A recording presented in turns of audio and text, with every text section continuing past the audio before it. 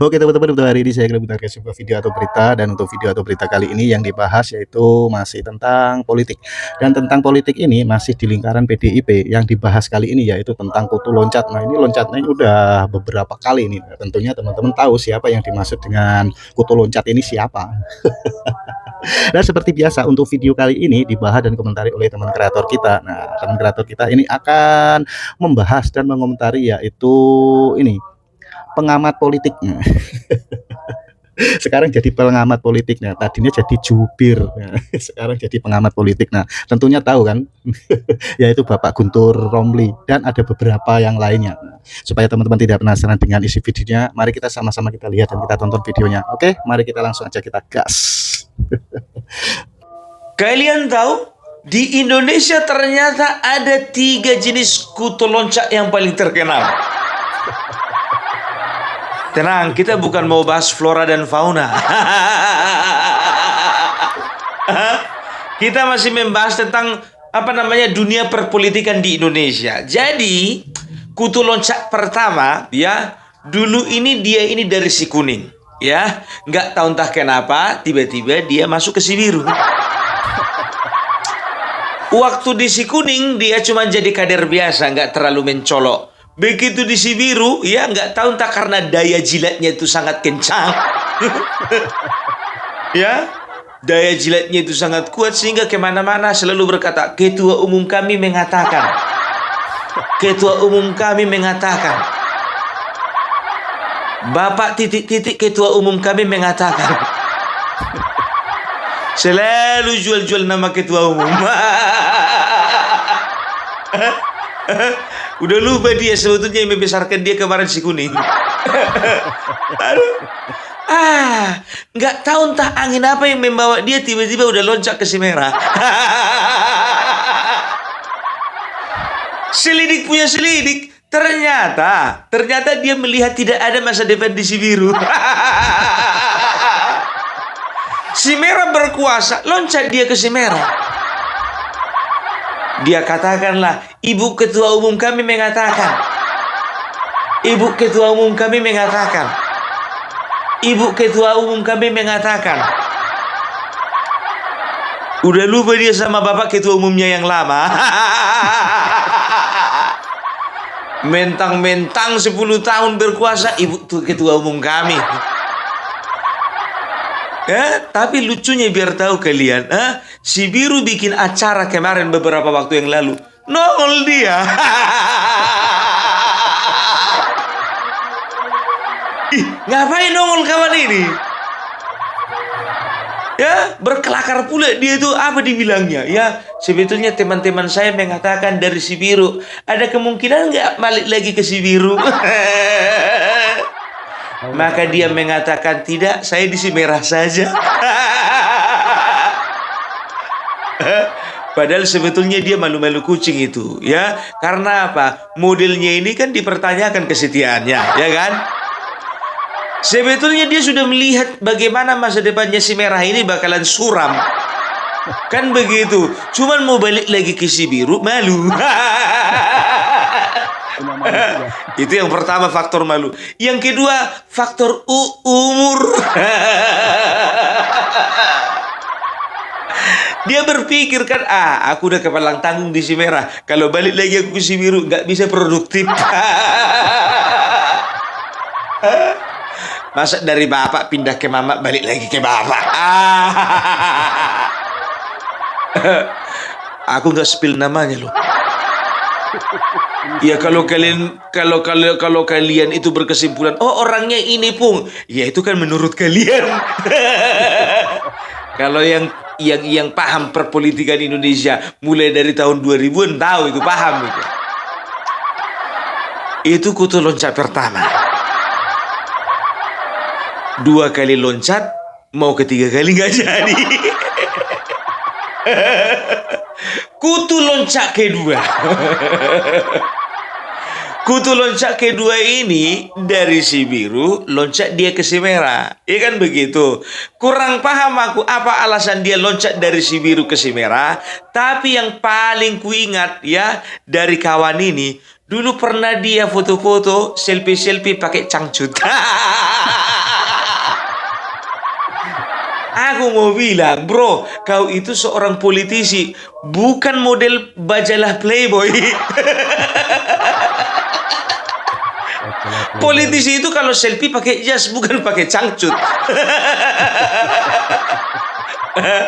Kalau dari Sumatera Utara nggak kenal kali cangcut, kolor. Kolornya pun bukan yang model boxer, segitiga. Kalau model boxer masih ada alasan, baru siap berenang, kan begitu? Kan begitu kan? Ini boxer, apa namanya? Cangcut. Aku kurang paham dan juga nggak kupastikan itu. Cangcutnya itu mereknya Crocodile atau Apple. Karena kalau krokodil biasanya jantan, kalau yang apel biasanya betina. Kalau yang sering belanja di pasar paham itu. Setelah beberapa waktu dari foto cangcut itu, tiba-tiba udah nongol dia si merah. Kemarin sempat dia waktu di Sibiru, ya kan, memuji-muji Bapak Jokowi, memuji-muji pemerintahan, kan begitu, ya kan. Begitu pindah ke Semera, balik menyerang, ya manut sama ketua umum. Dan ku tengok pun juga sekarang, bukannya bilang apa, karirnya pun juga nggak moncer itu di Semera. Waktu di Sibiru dia sempat jadi ketua, jadi dewan, ya kan. Di Semera nggak jadi apa-apa. Jadi ketua DPP pun enggak. Asik aja komentar di media sosial X. Asik aja komentar, kapan Leni jadi juru bicara? Pikirku begitu kan. Itulah kualat kau sama Bapak Ketua Umum kau. Mungkin ini sama kayak yang satu lagi tadi yang pertama aku bilang, ya kan. Dilihatnya lah si merah itu berkuasa kan begitu. Karena dia kan di ujung-ujungnya, ya kan. Melihat kemungkinan bakalan kayaknya capresnya ini menang ini kan begitu kan si merah kan. Nggak taunya loncat dia ke si merah. Nggak taunya nggak jadi apa-apa.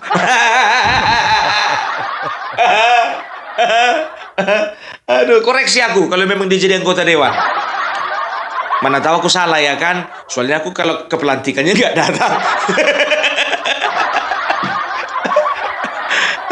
Itu dia. Tapi ngapain dikoreksi? Aku kan nggak sebut nama.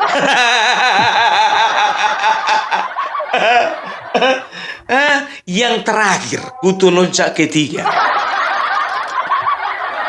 Ya, kutu loncak ketiga ini, ya, dia loncat dari si merah, masuk lagi ke si merah. Tapi merahnya beda, dari merah cabai ke merah tua.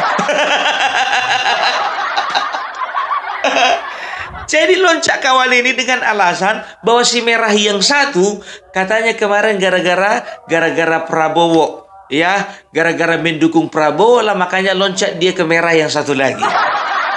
Ditinggalkannya merah cabai, masuk dia ke merah tua.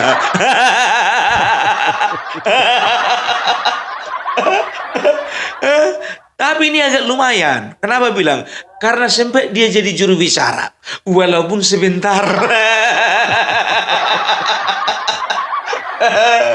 Juru bicara merah tua.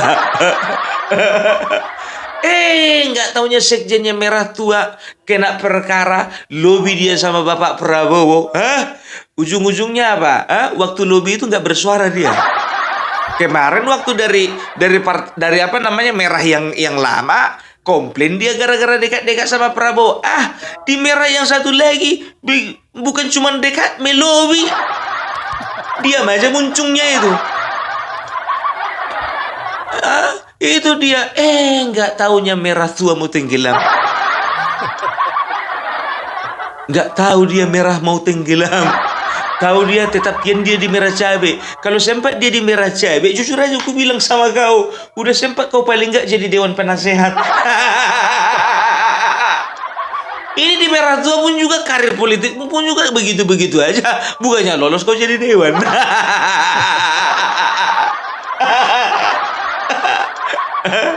Keluar dia dari kapal yang satu, masuk dia ke kapal yang lain yang udah mau tenggelam.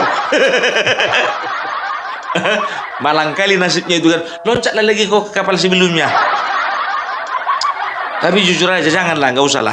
Kalau loncat kau lagi ke kapal sebelumnya, ke merah cabai lagi, rusak apa itu merah cabai kau bikin. Iya, jadi merah bata kau bikin nanti. Jadi itulah ya, itulah 3 jenis kutu loncat yang ada di Indonesia. Sekarang kita mau bahas Guntur Romli. Apa ini yang dinamakan kutu loncat? Apa hubungannya Pung sama yang 3 tadi? Nggak tahu. Aku cuma mau bahas Guntur Romli aja. Loh, ada hubungannya sama kutu loncat? Nggak tahu. Aku yang penting nggak ada sebut nama tadi. Suka aku mau bilang kutu loncat, yang penting aku nggak sebut nama. Kita masuk Guntur Romli. Jadi kemarin ya di acara Rakyat Bersuara ya biasalah diundang pro dan kontra untuk naikin rating. Aku udah bilang kalau Rakyat Bersuara itu acaranya RT 16, kalau ILC itu acaranya RT 24. Di mana mereka bisa membentuk framing masing-masing. Loh kalau kelurahan kelurahan 58 pun nggak ada acaranya, nggak perlu kita bikin acara, nggak perlu, karena kita nggak perlu dicerahkan. Karena apa? Udah pintar semua. Kalau sebelah kiri sebelah kanan perlu framing, karena apa? Ya, karena nggak ada satupun yang pintar. Pung, di RT 24 pintar-pintar, Pung. Rata-rata profesor. Apa gunanya jadi profesor kalau sengkle? Ingat ya, pintar itu selalu kalah dengan cerdas. Dan cerdas itu kalah dengan bijak. Beda. Mereka pintar tapi nggak bijak. Itu dia, ya clear ya. Jadi kemarin Rakyat Bersuara menampilkan ya yang kontra dengan pemerintah. Yang pertama tak lain dan tak bukan adalah Guntur Romli. Yang kedua Ray Rangkuti. Yang ketiga yang paling nggak suka aku ngeliat mukanya ini di mana-mana, Roy Suryo. Kita akan bahas dulu satu-satu orang ini. Jadi Guntur Romli ya, kemarin itu dia mengatakan begini. Kalau untuk masalahnya Hasto ya, saya yakin ya, kalau ada seorang hakim MA berinisial Y yang intervensi sehingga Hasto digugurkan pra-peradilannya. Suka kali kalian main inisial-inisial. Utusan tanpa inisial. Kemarin begitu juga kalian parcok-parcok. Begitu juga kalian itu mobilisasi aparat. Semua kalian tuduhkan. Sekarang hakim MA kalian tuduh intervensi masalah Hasto. Siapa kali si Hasto? Pakai inisial Y. Ya, ini Guntur Romli jujur aja aku bilang. Dasarnya apa? Guntur, nggak usah dulu kau ngomong dan juga nggak usah dulu kau tampil di TV-TV. Kalau belum kau jawab dulu tantangan Pak Sudarsono itu untuk ngajak kau untuk sumpah pocong. Coba jawab dulu tantangannya itu. Baru kau nongol di TV. Kau ditantang kemarin sumpah pocong kau untuk membuktikan sesuatu, nggak mau kau. Ini ikut-ikutan lagi sekarang muncungmu itu bilang inisial Y, maka hakim MA inisial Y, hakim MA inisial Y. Jangan kau tarik-tarik, jangan kau bawa-bawa hakim MA yang berinisial Y itu. Nanti kalau hakim MA itu ngajak kau sumpah pocong lagi, kebingungan kau. Diajak kau sumpah pocong nanti kau. Jelas-jelas kau ngomong. Ada berapa inisial Y di MA? Nanti nggak terima dia diajak jago sumpah pocong, gimana kau? Nanti diajak sumpah pocong kau lari. Bukan kali orang ini memframing inisial Y, inisial B, inisial C. Y itu siapa? Siapa Y itu? Y itu siapa? Yuan Maharani? Atau Yadian Napitupulu? Atau Yegawati? Atau Yedi Sitorus? Oh, aku tahu. Yuntromli. Inisial Y. Enak aja lu ngomong. Sekarang dia lagi merunutkan kejadian bagaimana Hasto itu ditetapkan jadi tersangka sampai ditahan. Ya, ditahan nggak sampai ditersangkakan aja. Dia runut itu. Begini, ya Aiman, saya akan coba runutkan. Yang pertama, tanggal 14 Desember, Bang Deddy Sitorus mengatakan bahwasanya tanggal 14 Desember ada utusan. Tanggal 16 Desember, disitulah pengumuman pemecatan Jokowi dan juga ada beberapa kader lainnya. Tanggal 18 Desember, di situ sudah kedengaran bahwa Hasto akan ditersangkakan. Tanggal 20 Desember, ya, di situ ternyata ya Bapak Prabowo melantik ya KPK dan juga komisioner. Walaupun KPK itu adalah pilihannya Jokowi, tapi yang melantik Bapak Prabowo. Tanggal 20 Desember sore ya dilakukan gelar perkara. Tanggal 23 ya keluarlah sprindik ya penetapan Hasto sebagai tersangka. Tanggal 24 pengumuman Hasto sebagai tersangka. Ya kan begitu. Nah, sekarang begini. Kau itu kalau menginformasikan sesuatu sama masyarakat itu lengkap, kan begitu, dan juga jangan hoax. Sejak kapan tanggal 20 KPK dilantik sama presiden? Ya, aku sudah baca berbagai informasi, ya. KPK dilantik presiden itu tanggal 16 Desember 2024. Dari situ aja kau sudah mulai mengada-ada. Kebanyakan makan kutu loncak sih kau. Jadi informasimu itu loncak kemana-mana. Pelantikan bukan tanggal 20, tanggal 16. 20 itu sertijab. Serah terima jabatan. Jadi kalau kau bilang tanggal 20 dilantik sorenya dilakukan gelar perkara salah, ya kan, karena apa? Dari dilantik itu tanggal 16 ke tanggal 20 ya, itu ada 4 hari ya. Jadi kalau kau bilang kesannya terburu-buru, enggak. Mana terburu-buru namanya kalau 4 hari. Framing terus. Informasimu enggak jelas. Salah-salah kemarin begitu juga. Kau bilang apa? Kau bilang perjanjian batu tulis 2019. Batu tulis 2024. Pantaslah kau dipecat jadi juru bicara. Ngomongmu belepotan.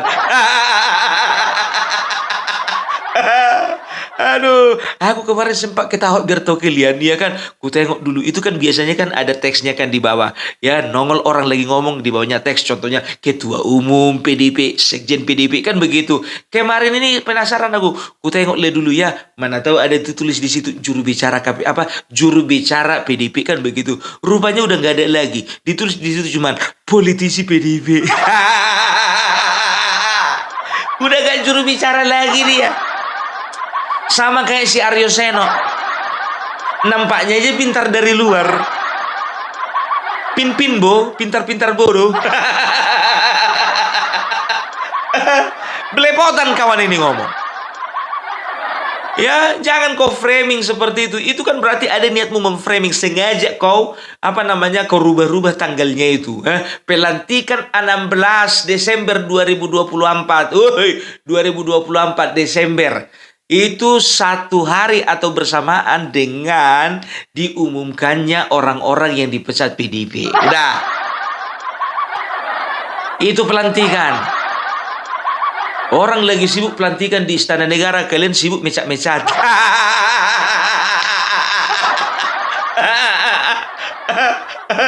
Aduh. Aduh, jujur aku bilang, heran aku ngeliat orang ini, bah, selalu menggunakan momen untuk momen mereka.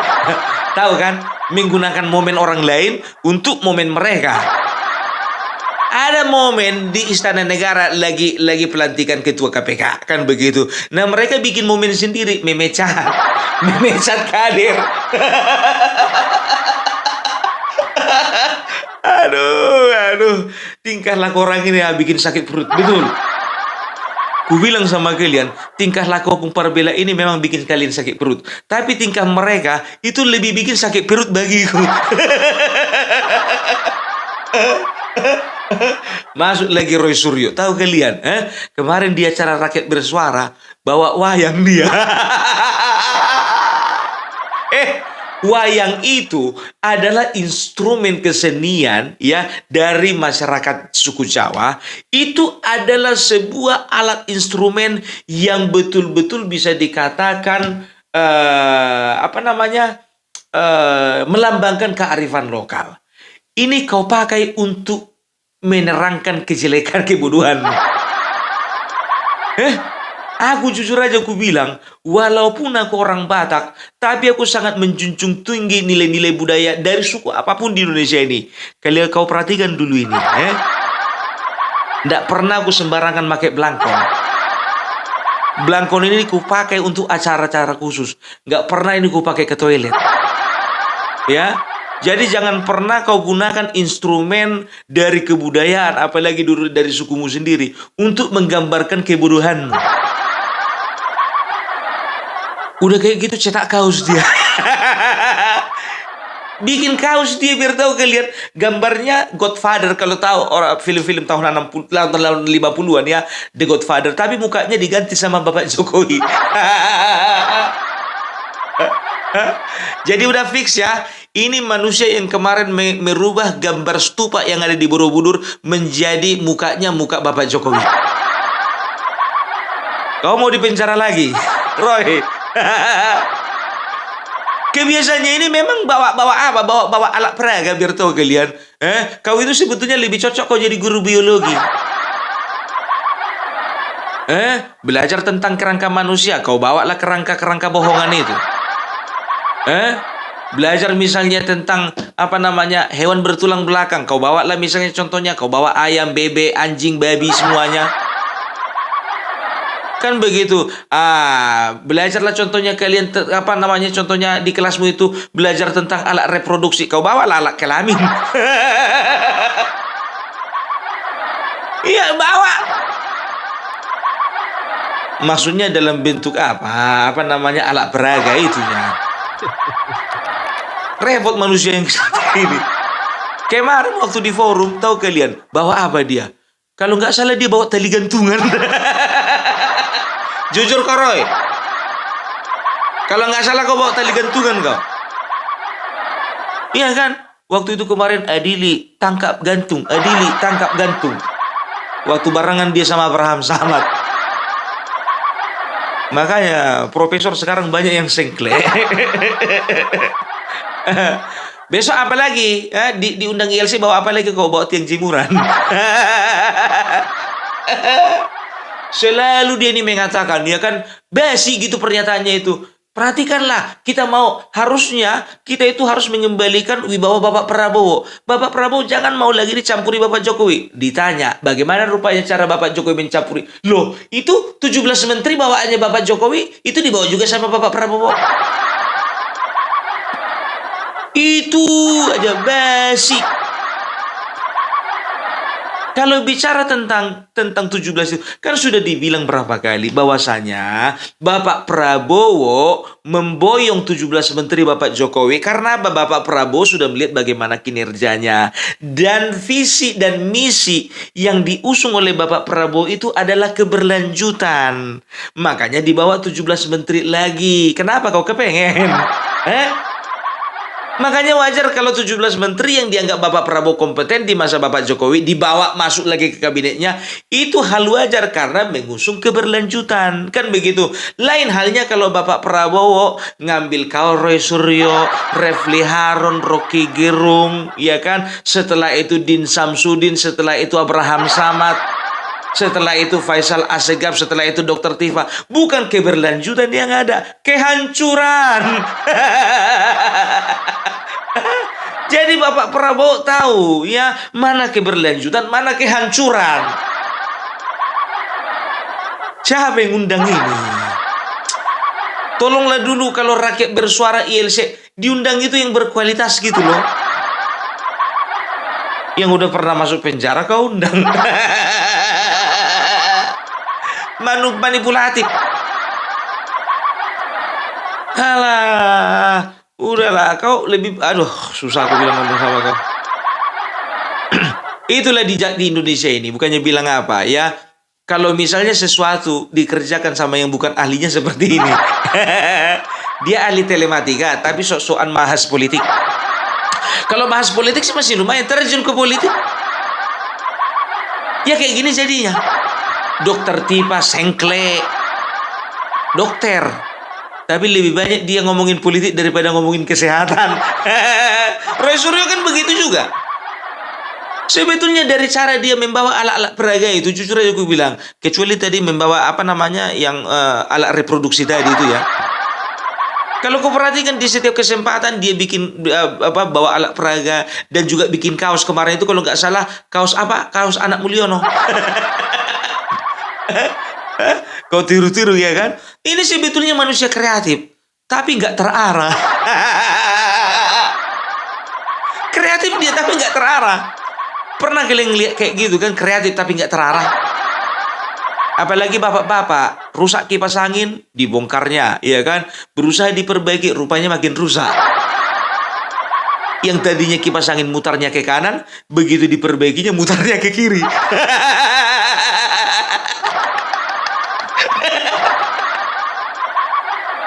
Kayak gitulah ini. Setiap omongannya nggak ada yang memperbaiki, merusak semua. Aduh, Ray Rangkuti, gitu juga. Udahlah, kalau bicara soal PDIP, ya jujur aja aku bilang ya, itu Ibu Puan Maharani sudah ketok palu tuh untuk RUU untuk undang-undang revisi undang-undang TNI ya, itu sudah disahkan menjadi undang-undang TNI. Jadi selamat ya untuk bapak-bapak yang terhormat dan juga saudara-saudara Opung Parbelak yang ada di ketentaraan, yang ada di TNI, baik tentara di Angkatan Laut, Angkatan Udara, Angkatan Darat ya. Selamat ya sudah diketok palu untuk undang-undang TNI. Yang bikin aku senang itu bukan pasal 47. Kalau pasal 47 mengenai ya penempatan pos-pos jabatan sipil dari 10 menjadi 16 ya, kalau itu sudah biasa karena dari tahun 2004 pun keluar Undang-Undang 34 nomor 2004 itu sudah ada, itu hanya penambahan. Yang bikin aku senang itu adalah masa jabatan dari prajurit semakin ditambah. Itu yang bikin aku senang. Ya, itu artinya apa? Negara memikirkan kesejahteraan daripada prajuritnya. Itu dia. Bayangkan kalian, Tamtama Bintara dari 53 tahun pensiunnya menjadi 58 tahun. Ada perpanjangan 5 tahun. Kan begitu. Untuk perwira dari 58 tahun menjadi 60 tahun. Selamat. Respect untuk semua prajurit yang ada di Indonesia. Gitu ya. Mudah-mudahan dengan penambahan waktu pensiun ini ya tidak ada lagi alasan kekurangan gaji sehingga melakukan judi sabu ayam. Oknum loh ya. Kalau bicara tentang judi, kejahatan-kejahatan ya, semua itu yang melakukan oknum. DPR kan begitu juga, iya kan? Yang melakukan korupsi oknum. Tapi banyak. Itu namanya oknum berjamaah. Ya, jadi menyenggol sedikit masalah TNI tadi ya, tanpa mengurangi rasa hormatku kepada TNI dan juga Polri. Opung Parbelak secara pribadi mengucapkan turut berduka cita, turut berbela-sungkawa atas gugurnya 3 orang anggota kepolisian, salah satu adalah Kapolsek yang ada di Bandar Lampung oleh karena pada saat penggerbekan sabung ayam. Di luaran sana ada rumor ya mengatakan bahwasanya gara-gara kurang jatah lah apa segala macam. Ingat, sebelum bisa dibuktikan di pengadilan di persidangan, tidak ada hak kita untuk menyebarkan berita-berita hoax. Tidak boleh. Ya, dan juga ini ada yang berusaha ya, hati-hati ya. Ada pihak-pihak yang berusaha untuk memecah belah TNI dan Polri ya. Bagaimanapun ceritanya, kita sebagai rakyat Indonesia wajib ya untuk mensupport mereka, mendoakan mereka supaya mereka boleh menjadi ya lembaga aparat penegak hukum yang lebih baik lagi dan lebih profesional lagi. Kayak pidato kepala daerah kok, Bung. Doakan kalian lagi latihan ini.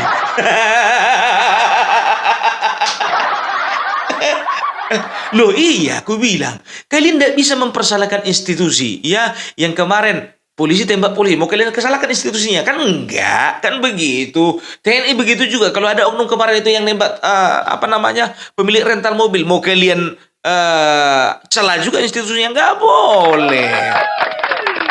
Gimana pun juga kita dukung mereka, sama seperti kita mendukung DPR. Walaupun DPR sampai sekarang belum mengesahkan rancangan undang-undang perampasan aset. Tetap kita dukung, kita doakan supaya hati dan pikiran mereka tergerak supaya rancangan undang-undang perampasan aset itu boleh disahkan menjadi undang-undang. Kan begitu, kalau belum disahkan juga berarti doa kita kurang kencang.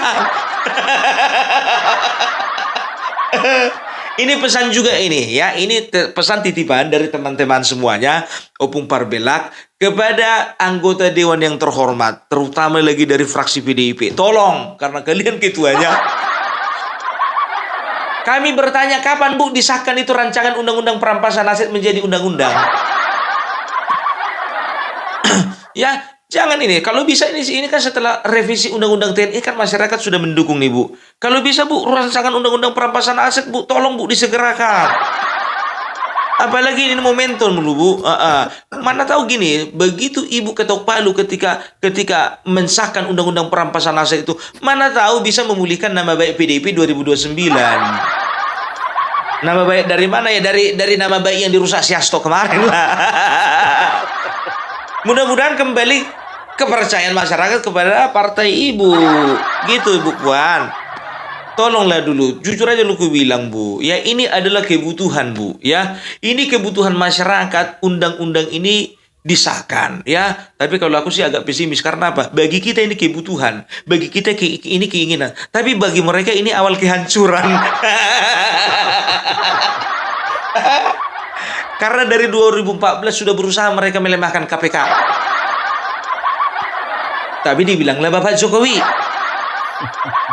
Ternyata dari ahli politik sendiri dan juga praktisi hukum dan juga orang-orang yang terlibat seperti Novel Baswedan, Yudi Purnomo dan juga ada beberapa orang mantan penyidik KPK, mereka menyaksikan sendiri bagaimana DPR memang berusaha melemahkan KPK. Sehingga terjadilah revisi undang-undang KPK. Bukan cuma itu, ikut ketua yang mereka pilih pun juga ya ikut melemahkan KPK. Seperti Firly Bahuri, dibikinlah tes wawasan kebangsaan. Karena apa? Dia sebarkan rumor bahwasanya di dalam tubuh KPK ya ada penyidik-penyidik yang terpapar radikalisme. Bodohnya Opung Parbelak waktu itu percaya. Ternyata setelah aku pelajari, oh kerjanya si Firly rupanya ini. Tukang kompas. Aduh, ya. Jadi begitulah Ibu Puan Maharani. Kami mendukung pemerintah, kami mendukung DPR ya, tapi kami lebih mendukung lagi kalau rancangan undang-undang perampasan aset Bu itu segera disahkan Bu. Mana lebih bagus Bu? Undang-undang perampasan aset atau hukuman mati?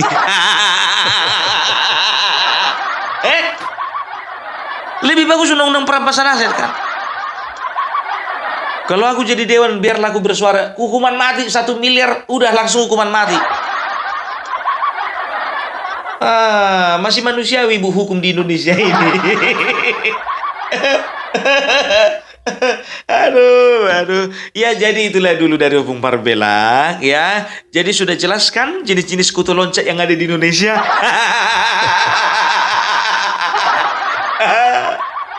Baru ini Opung Parbelak membahas flora dan fauna.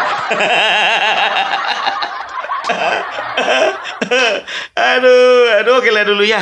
Salam Parpelak, salam NKRI harga mati. Selamat berpuasa bagi yang menjalankan ibadah puasa. Salam. Oke, terima kasih teman-teman yang sudah menonton videonya. Itulah keseruan Bung Parpelak membahas dan komentari tentang isi videonya, yaitu tentang kutu loncat. Nah, itu siapa-siapa aja. Dan gimana menurut pendapat teman-teman? Dan apabila teman-teman ada saran atau ada pendapat, silahkan komen di kolom komentar. Sampai jumpa di video selanjutnya. Selamat beraktivitas. Sampai jumpa.